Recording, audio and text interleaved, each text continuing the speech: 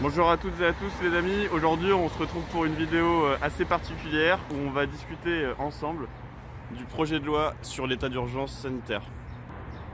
Ce projet de loi sur l'état d'urgence sanitaire, il a été proposé dans le but de faire face à l'épidémie du Covid-19, du coronavirus actuellement qui sévit un petit peu partout dans le monde.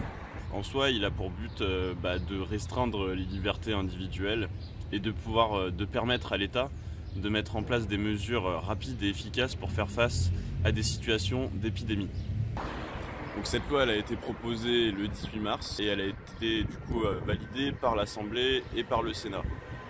Dans ces mesures, il y a notamment le report du second tour des municipales, la restriction de certaines libertés, la flexibilisation du code du travail. Pourquoi flexibilisation? Tout simplement pour supprimer notamment les 35 heures, permettre de pouvoir effectuer des roulements notamment dans les métiers sous tension, comme dans les hôpitaux ou même dans les filières alimentaires. Et puis surtout un durcissement des sanctions avec des amendes extrêmement élevées pour les personnes qui ne respecteraient pas les confinements, qui pourraient aller jusqu'à 3 700 €. La création d'un conseil scientifique, donc le président de la République nommera le président de ce conseil et puis le président de l'Assemblée et du Sénat en nommeront chacun 2 autres membres. Le reste de ces membres seront nommés par les membres du gouvernement. Concernant la restriction des libertés, on parle tout simplement de durcissement en termes de sanctions, mais aussi on parle de supprimer la liberté d'entreprendre, de réquisition de matériel. Les petites entreprises auront aussi la possibilité d'avoir un report de charges avec un budget proposé par l'État qui irait jusqu'à 35 milliards. Donc par exemple, toutes les entreprises qui auraient des loyers, des factures, des frais de gestion réguliers auraient la possibilité de les payer en différé. La facilitation notamment d'accès à certains prêts, et puis aussi la possibilité de proposer des temps partiels.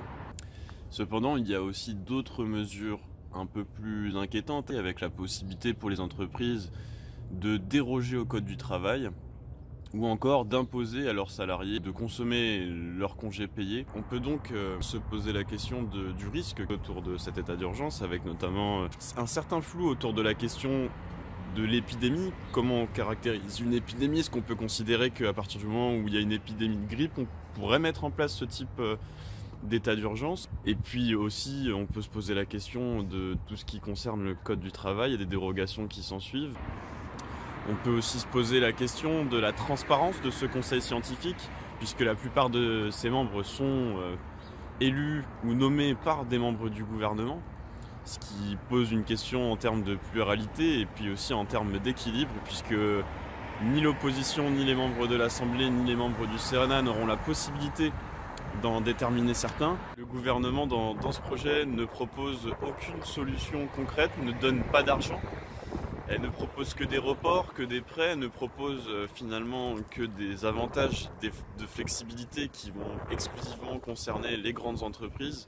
Finalement, on se pose la question de savoir si ce projet permettra réellement de faire face à cette épidémie, aux épidémies à venir, mais surtout de son utilisation fondamentale et des dérives qui pourraient aussi apparaître, puisque n'importe quel gouvernement pourrait mettre en place cet état d'urgence sanitaire. On l'a vu notamment avec les lois qui concernent le terrorisme, les plans Vigipirate qui ont été multipliés encore et qui ont été maintenus parfois pendant bien plus longtemps qu'il était nécessaire. On peut quand même se poser la question de la forme, du fond de ce texte et de la nécessité peut-être d'en discuter davantage et de permettre aussi aux citoyens de pouvoir aussi les décortiquer eux-mêmes avant que le tour ne soit déjà joué.